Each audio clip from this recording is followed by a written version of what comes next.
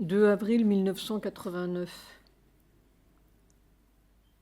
Je me demande si celui que j'appelle l'ouvrier n'est pas le corps, la conscience du corps, celle que le corps a acquise à travers son expérience de marin et dans la forêt vierge, puis à travers ce yoga près de mer.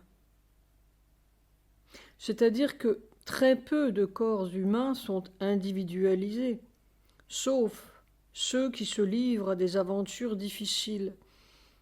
Je ne parle pas des athlètes, par exemple, qui développent simplement l'animal et le fortifient.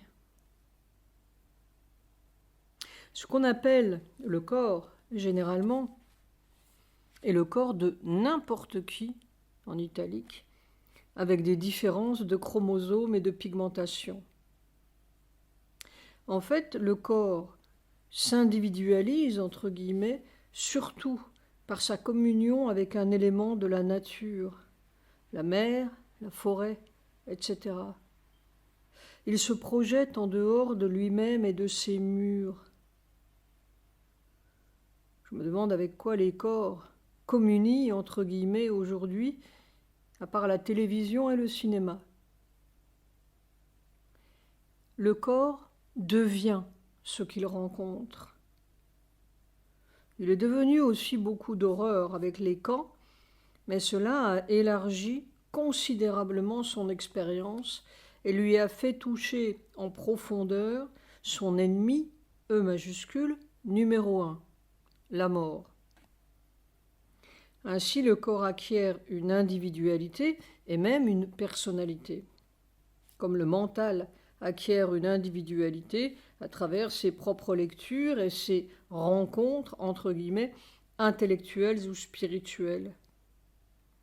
Il y a des mentales qui sont simplement monsieur, n'importe qui, avec des différentes opinions politiques. Point d'exclamation entre parenthèses. Alors je me demande si ce petit bonhomme en pantalon rose, qui avait l'air de sortir d'un conte, n'était pas celui que j'appelle l'ouvrier, ou plutôt l'âme de l'ouvrier, l'âme du corps, en italique. Pas l'âme du mental, ni même l'âme du cœur, celle que les gens, enfin pas mal de gens connaissent, mais l'âme du corps.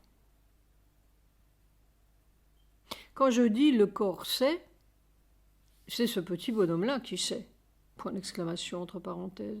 Et rien ne pourrait le faire démordre parce que ce n'est pas comme une foi dans l'esprit et dans le domaine des idées spirituelles, c'est une connaissance, ou plutôt c'est un amour dans le corps. Il connaît parce qu'il reconnaît. Et il reconnaît ce qu'il aime comme un enfant reconnaît sa mère. Alors c'est parfaitement exact et direct. Toutes les autres lois et connaissances sont embrouillées d'un million de choses. Ça, c'est simple et évident. Et on pourrait dire inébranlable. Même quand toutes les lois de son corps sont ébranlées et menacées, il reconnaît toi, T majuscule. Alors il continue. Alors aussi, je comprends bien pourquoi c'est la conscience matérielle, la conscience du corps en italique, qui peut faire la jonction avec l'autre côté, entre guillemets, ce que Sri Aurobindo appelle le supramental. Parce que elle seule, cette conscience du corps, peut toucher ça sans être épouvantée. Toutes les autres consciences ou parties de la conscience humaine seraient épouvantées, comme si elles entraient dans la mort même. Le suprême est au fond de la matière. La conscience du corps, c'est la vraie matière qui reconnaît le suprême, son origine. Tout le reste, ce sont des revêtements brillants et chatoyants et tout ce qu'on veut, mais pas ça, C majuscule pur.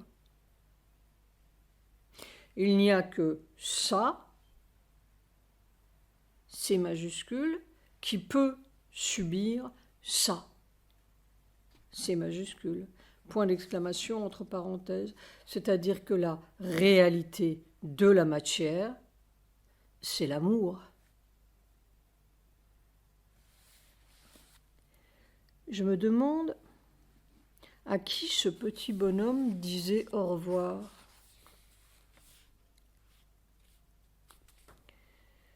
Ce matin, j'ai tellement de douleur et de fatigue que je suis comme dans une brume. 3 avril 1989. Mon corps n'arrive plus. Je crois entendre mère, si on me disait, mais il n'y a rien à dire. C'est un enfer à traverser, si c'est possible. 4 avril 1989. Conversation avec Sujata. Les éléphants. Nous sommes le 4 avril aujourd'hui. Oui, ça c'est une date. Oui, ça fait 79 ans. Oui. L'arrivée de Sri Aurobindo à la mer de l'Est, ce n'est pas ça? Oui. Alors, je ne sais pas ce qui se passe, vous savez, mais depuis quelque temps, je suis souvent avec les animaux. Je vous ai raconté l'autre jour qu'il y avait les biches. Oui. Et il y en avait une qui était là comme une sorte de guide. Oui. Eh bien, cet après-midi aussi, il y avait une sorte de petit éléphant qui était comme un guide. Le petit éléphant m'a emmené quelque part. Je suis arrivée et j'ai vu un arbre gigantesque, vraiment gigantesque. On n'en voyait pas le haut.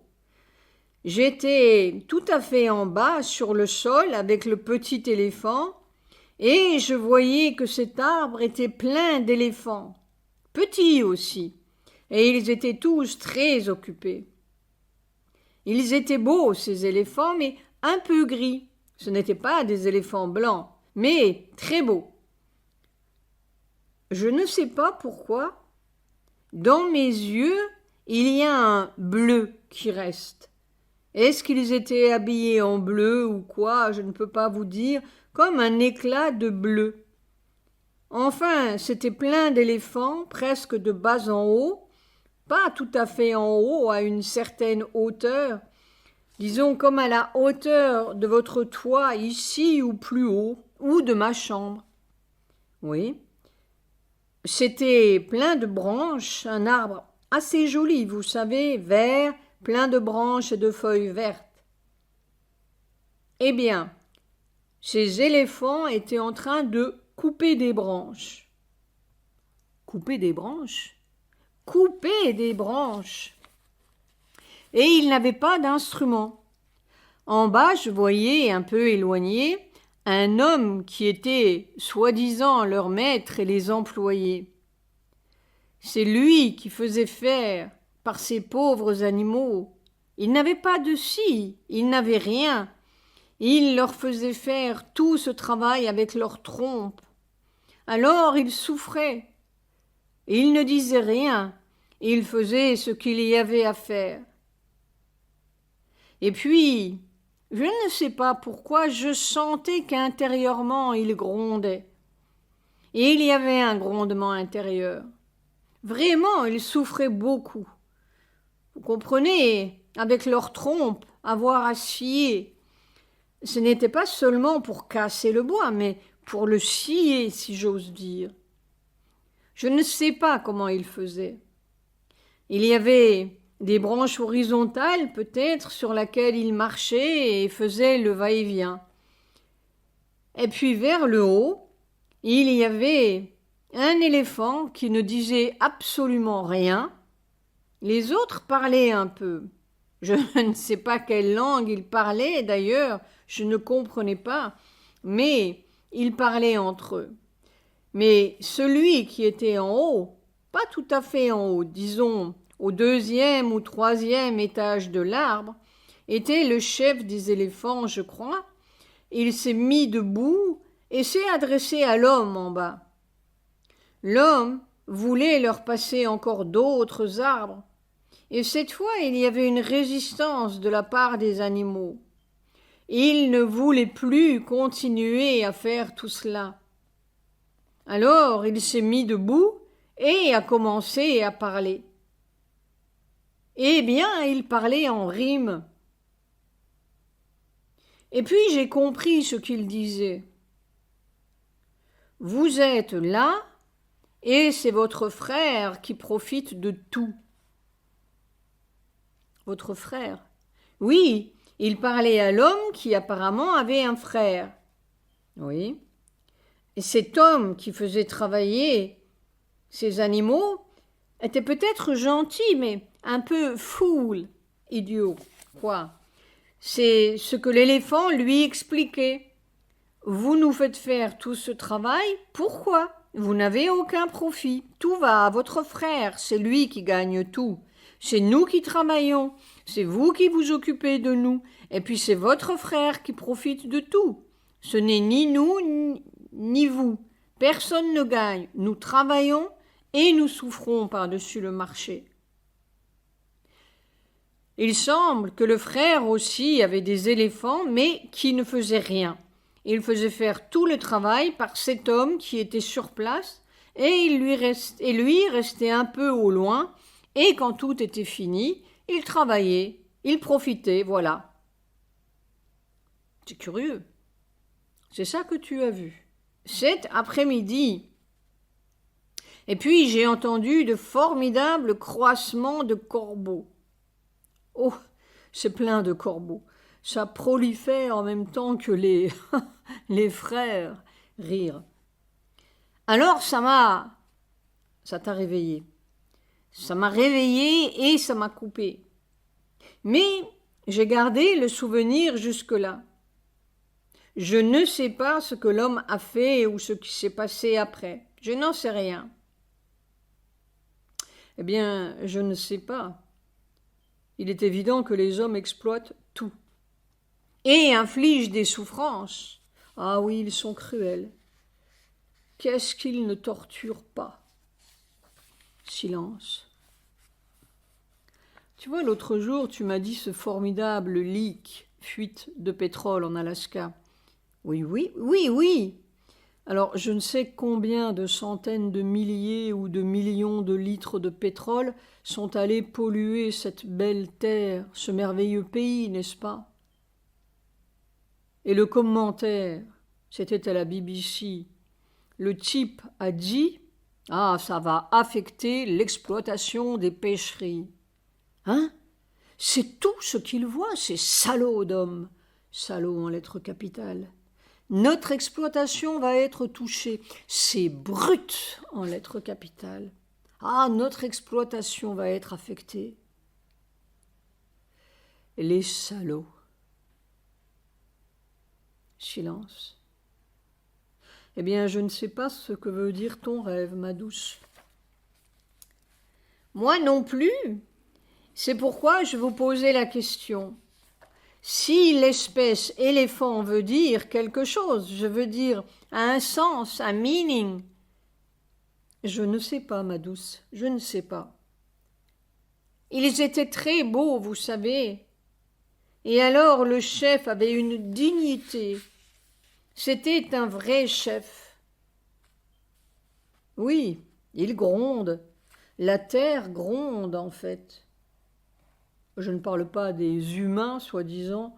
Ceux-là ne grondent pas, ils bouffent. Mais la terre, en général, elle gronde. Silence. Non, j'essaie de comprendre ce que représentent ces éléphants. Je n'en sais rien. En tout cas, c'était l'homme qui dirigeait pour détruire ce bel arbre. Oui, ils détruisent tout. Je me souviens, j'ai eu une vision il y a 6 ou 7 ans ou 8 ans, je ne sais plus, avant même que je ne commence vraiment ce yoga. J'ai vu un gigantesque paquebot et dans ce gigantesque paquebot, dans les soutes, ce que l'on appelle les soutes, il y avait une chaudière formidable, plus haute que la maison. Tu sais ce que c'est une chaudière? Ce qui fait marcher le bateau. Je voyais cette énorme chaudière. Il y avait comme une grande porte ouverte et ça flambait, n'est-ce pas, pour faire marcher ce gigantesque bateau. Et devant l'entrée, ou près de l'entrée de cette chaudière, il y avait un tout petit bonhomme qui avait l'air comme d'un bois d'allumettes à côté de cette gigantesque chaudière. Il prenait un fauteuil, un dernier fauteuil, pour le jeter dans la chaudière. Ils avaient tout brûlé. Il ne restait plus rien. Ils avaient tout brûlé pour conduire leur paquebot nulle part en lettres capitales. Après, ils allaient brûler le paquebot même. Oui, mais enfin, en attendant, ils avaient tout brûlé. Un dernier.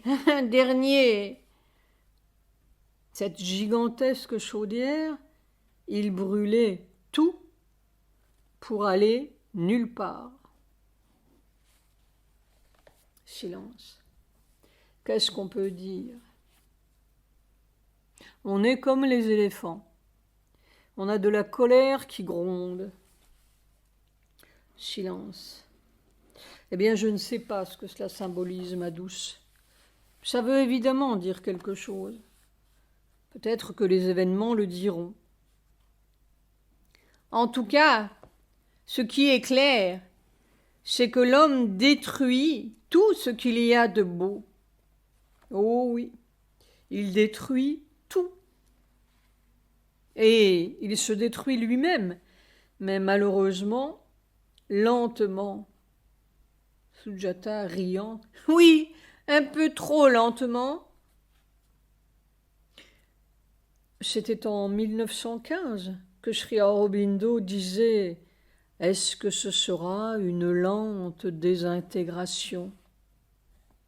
Vous voyez, en 1915, eh bien, c'est devenu pestilent. Leur patience est infinie, mais nous, avec notre... On aimerait que ça aille plus vite. Oh, quand on voit. Moi, ce qui me touche, ce n'est pas... Ils peuvent s'entretuer entre eux tant qu'ils veulent. Oui, mais ce qui me touche, c'est de voir ces pauvres bêtes, ces phoques, ces marsouins, ces poissons, ces ours, tout ça dans l'Alaska qui est en train de boire du pétrole. Et puis en Alaska, c'est comme ça, et ailleurs, c'est autrement, et partout, c'est comme ça. Oui, le golfe d'Arabie ne doit pas être joli. Oh, eh bien oui, bien sûr, avec tous ces... Mais partout, ma douce. Oui. Et votre beau pays, la Bretagne, du côté de la Manche, c'est... Oh, je me souviens, il y a des fois, déjà... La dernière fois que je suis allée vraiment en France, c'était en 64. 64, oui. Je n'avais pas encore vu la Bretagne détruite comme je l'ai vue après. Mais je me souviens déjà.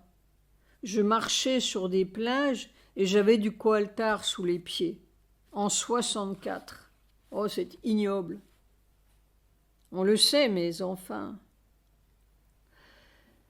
Eh bien, je ne sais pas, ma douce. Les éléphants peuvent gronder, mais quoi? Ils sont opprimés. Ils sont opprimés et sans défense devant ces nains. Oui, oui, ils ont d'énormes moyens. Silence. Saprem soupire.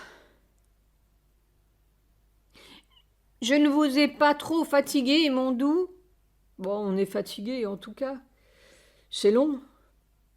C'est long. Pause. Mais j'y pense tout d'un coup. L'éléphant, c'est la créature de Ganesh. Je ne sais pas. Si, il a la tête d'un éléphant. Oui. Et ça veut dire Ganesh? Ganesh, c'est la sagesse. Et à quoi elle est employée, la sagesse? Mais oui, c'est peut-être ça. Mais ils n'ont aucune sagesse. Les éléphants en ont. C'est ça qui gronde. Riant. Non, je raconte des bêtises. Mais tout d'un coup, ça m'est venu, les éléphants, c'est la tribu de Ganesh. Est-ce que ça vous dit quelque chose? Ganesh, c'est le fils de la mer. C'est le fils de la mer. C'est Siddhidhatha. Eh bien, peut-être que les fils de la mer, les vrais fils, commencent à gronder un peu. Mais qu'est-ce qu'ils peuvent faire? Ils peuvent se changer eux-mêmes. Eh bien, tu vois, ce n'est pas facile. Parce qu'il n'y a rien d'autre à changer dans le monde, que soi-même. En tout cas, ils peuvent refuser de participer au travail de destruction. J'imagine que les fils de la mer, peu nombreux je pense, ne participent pas. Ils doivent être bien cachés. Il vaut mieux qu'ils se cachent. Je ne sais pas ce que cela veut dire, ma douce. Je ne peux pas dire. Silence. Je ne sais pas. On verra.